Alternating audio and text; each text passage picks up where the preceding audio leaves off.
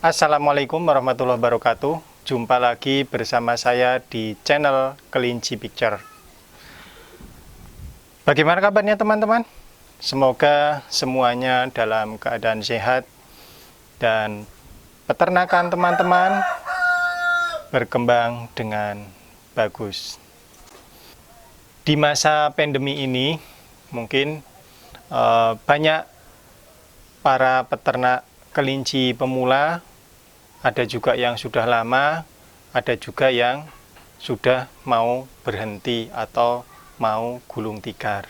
Dalam video kali ini kita akan membahas apa penyebabnya peternak itu gulung tikar. Penyebab yang pertama itu biasanya di faktor pakan gitu ya. Jadi peternak sudah mengeluarkan biaya pakan yang cukup banyak, tetapi dari hasil beternak itu belum bisa menghasilkan apa-apa. Atau bahkan untuk membeli pakan lagi pun mungkin belum bisa. Itu banyak teman-teman yang mengeluh. Pakan kelinci semakin mahal. Memang untuk pakan ini tidak bisa terlepas dari banyaknya peternak yang menggunakan pelet gitu ya. Memang sekarang banyak sekali beredar merek-merek pelet yang baru juga banyak, merek-merek pelet yang lama juga banyak. Semoga nanti dengan banyaknya persaingan di dunia perpeletan itu akan menjadikan harga pelet menjadi turun dan ini akan bisa menguntungkan para peternak. Kemudian faktor yang kedua itu biasanya itu peternak pemula itu hanya ikut-ikutan yang lagi tren gitu ya. Setelah tren hilang itu biasanya itu tidak melanjutkan kembali, atau mungkin temannya itu sudah berhenti, maka sebagai peternak pemula juga ikut berhenti. Itu biasanya peternak yang hanya ikut-ikutan. Kalau peternak yang memang dia sudah niatkan gitu, itu apapun yang terjadi itu bisa terus lanjut. Yang ketiga, pemula itu biasanya sulit untuk menjual hasil dari ternaknya. Nah, makanya sebelum teman-teman kesulitan menjual, itu sebelum ternak itu harus disiapkan marketnya dulu. Nah, kira-kira itu kita mau pelihara kelinci hias atau kita mau pelihara kelinci pedaging. Kalau untuk kelinci hias mungkin ada memang beberapa yang kesulitan menjual, ada juga yang mudah menjual. Itu tergantung sudah punya market atau belum. Tetapi untuk penjualan kelinci yang paling mudah itu adalah penjualan di kelinci pedaging. Gitu ya. Jadi untuk pengepul kelinci pedaging itu banyak. Tetapi untuk pengepul kelinci hias itu masih jarang. Makanya sebelum kita pelihara, itu kita tentukan dulu targetnya. Sasaran kita itu mau ke kelinci hias ataupun untuk kelinci pedaging. Seperti itu ya. Jadi nanti biar tidak salah langkah. Sudah kelincinya sudah berkembang biak banyak, ternyata tidak bisa menjual.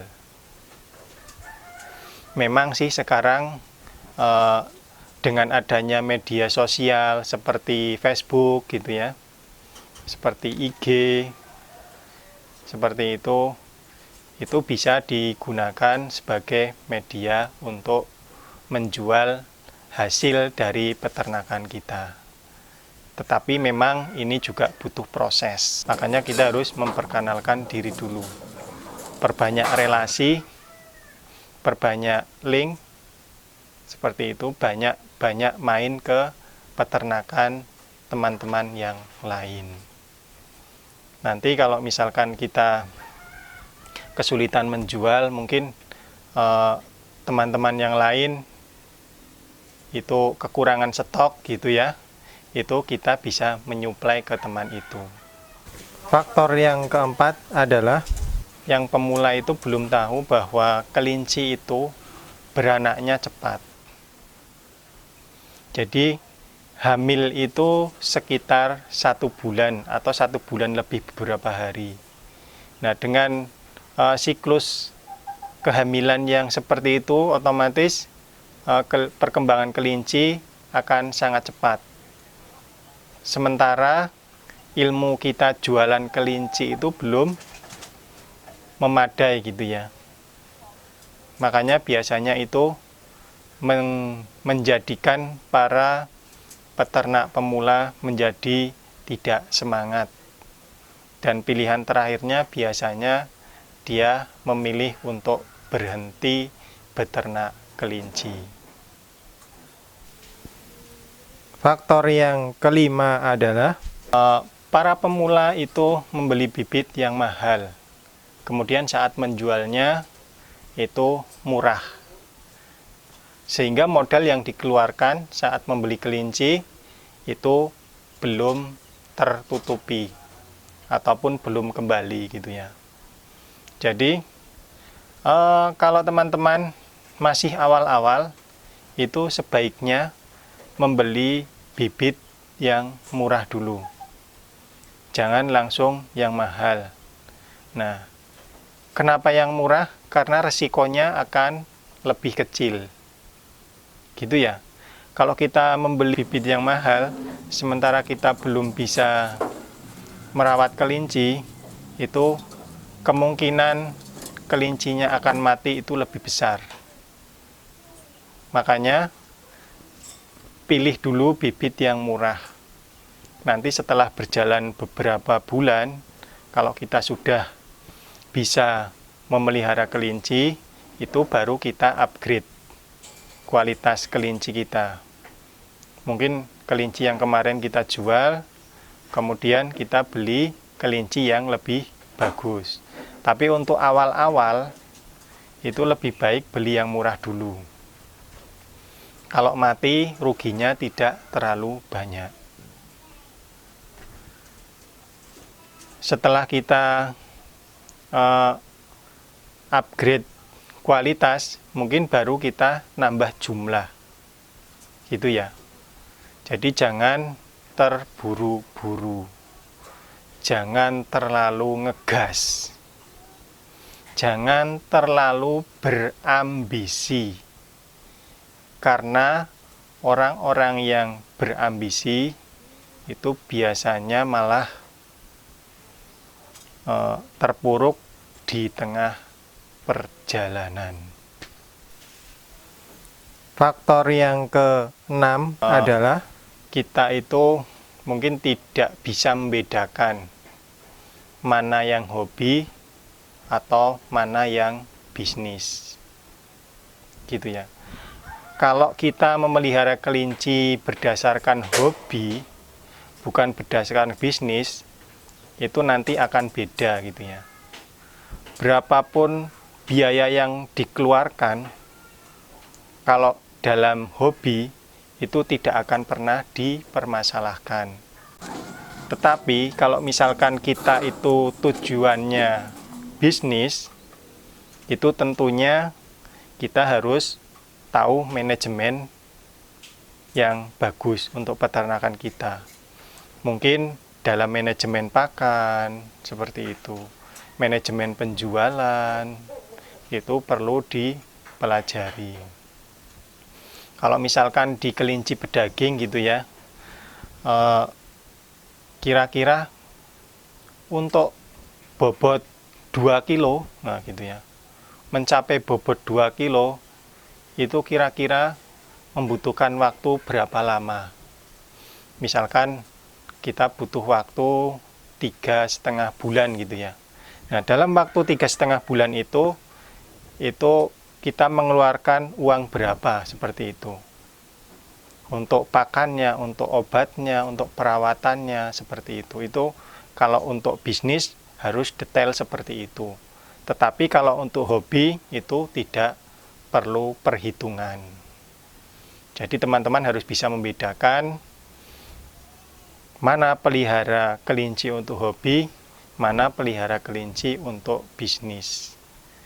Tetapi memang tidak bisa dipungkiri juga, ada juga yang mungkin bermula dari hobi gitu ya, kemudian berlanjut untuk ke bisnis. Tetapi dalam perjalanan ini tentunya para peternak sudah mengetahui manajemennya. Jadi mungkin hobi dan bisnis itu bisa dijadikan menjadi satu. Faktor yang ketujuh adalah karena kita itu belum tahu ilmunya gitu ya. Sudah punya kelinci banyak, tapi kita belum tahu ilmunya untuk memelihara. Biasanya para pemula itu kendalanya biasanya kelincinya pada mati gitu ya. Kelincinya pada mati. Ada yang mungkin salah dalam memberikan pakan, atau kadang juga karena kebersihan kandangnya kurang, jadi gampang penyakitan. Salah satu contoh misalkan gitu ya, itu kelincinya terkena skabies. Sementara dia itu belum bisa menangani skabies. Skabies itu juga bisa nanti menyebabkan kematian kalau tidak segera ditangani. Karena nanti untuk skabies yang berkelanjutan itu juga akan mengurangi nafsu makan dari kelinci, sehingga kelinci akan bisa menjadi sakit dan akan bisa juga terakhir bisa menjadi mati. Nah, makanya bagi teman yang mau pelihara kelinci sebaiknya cari ilmunya juga gitu ya. Seperti di channel ini gitu ya. Di channel ini juga pernah dibahas ilmunya dulu baru ternak kelinci seperti itu. Nanti teman-teman bisa di-scroll atau bisa dilihat di channel Kelinci Picture ini. Mungkin itu teman-teman sekalian video dari saya tentang penyebab biasanya itu para peternak itu memilih untuk gulung tikar atau istilah Jawanya itu kukut gitu ya. Ini memang sekarang menjadi fenomena di dunia perkelincian. Mungkin dari dulu juga sebenarnya sudah terjadi seperti itu. Ada yang memulai, ada yang sudah lama, ada juga yang gulung tikar seperti itu. Nah, untuk menghindari seperti itu, mungkin teman-teman perlu belajar lebih banyak tentang dunia perkelincian. Baiklah teman-teman, telah menyaksikan video ini, jangan lupa di like, di subscribe, dan dinyalakan tombol loncengnya. Sehingga nanti saat Kelinci Picture update video, teman-teman tidak ketinggalan. Karena di channel Kelinci Picture ini dibahas tentang beberapa hal tentang kelinci, sehingga Anda akan rugi kalau tidak menyaksikan. Begitu teman-teman, banyak kekurangannya mohon dimaafkan. Bila teman-teman ada masukan bisa ditulis di kolom komentar. Sampai jumpa di video berikutnya. Assalamualaikum warahmatullahi wabarakatuh.